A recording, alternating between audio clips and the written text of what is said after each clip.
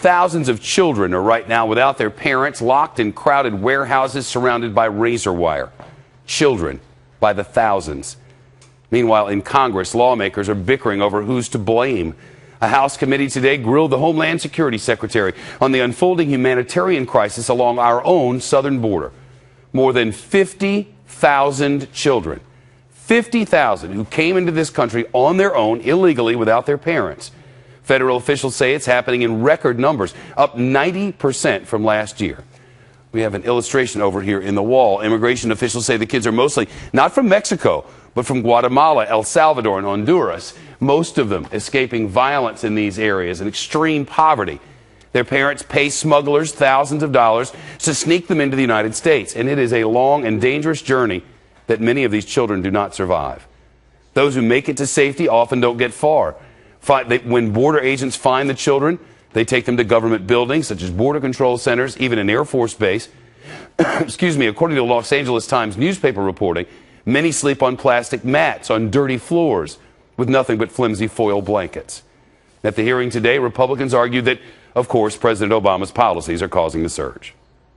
I think this administration is inviting these kids, inviting illegal aliens to come to this country, and wants to give them legal status, and I find that intolerable. Well, Republicans point to the president's 2012 order that protects some children from deportation, but that applies only to those who entered the United States before 2007, not these kids. And besides that, there have been many, many, many interviews with these children. And according to the human rights organizations, nobody has found any kids who say they're here because of politics. This bickering that's happening, well, we'll report, you decide. In the hearing, they said the horrible conditions in the children's home countries are to blame here. Pure and simple. It is so bad where they're coming from. And their parents love them so much that they put them in, give them to smugglers, do whatever they can do to get them out of the horrors of here. Imagine this trip all the way up to our southern border and into these camps and sleeping with foil over themselves with no parents around at all. Seen better than what they had here at home. Not politics, poverty, horrible situations, and violence we really can't even imagine. They say they need to deal with these problems in Central America first. Perhaps we could completely fence the border and build a giant moat with alligators to keep kids and people away. Maybe we could put these kids on a bus and just drop them off at the border with Guatemala.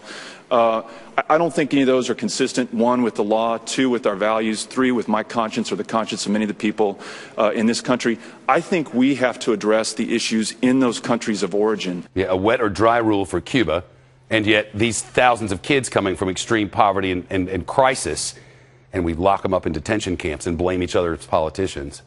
It's pretty disgusting, isn't it? Meantime, the children just keep coming. The Obama administration estimates it will detain 90,000 of these children by September. So what in the world is a caring nation to do? Leah Gabriel on Fox Top Story and live in our newsroom. Leah, it's just unbelievable. You know, Shep, it really is. And you drilled it home that administration officials are saying that they're coming here primarily because of the horrible conditions in the countries that they're coming from. Now, as you mentioned, about 52,000 unaccompanied children have shown up at our southwestern border this year. And you can see from this chart that the increase started in 2012 and it's grown exponentially. Well, today, the head of Homeland Security said that part of the problem is this belief that America will just accept these children. There is this disinformation out there that there is a permisos. That's what we're hearing. Permisos, free pass. Like you get a piece of paper that says, you know, welcome to the United States, you're free. That's not the case. Well, Secretary Johnson tried to address the issue at the source with a letter that ran in Spanish language outlets over the weekend, saying in part, quote, "The desire to see a child have a better life in the United States is understandable, but the risks of illegal migration by an unaccompanied child to achieve that dream are far too great, and the permisos do not exist." Well, the government can't just send kids back home to their home countries, and that's because the law actually requires that they go to Health and Human Services. And, Shep, you mentioned the administration estimates that it'll catch 90,000 children trying to come into our country illegally by the end of the budget year. Well, last year, fewer than 2,000 will return home. Shep. Leah Gabriel in our newsroom. Leah, thanks very much.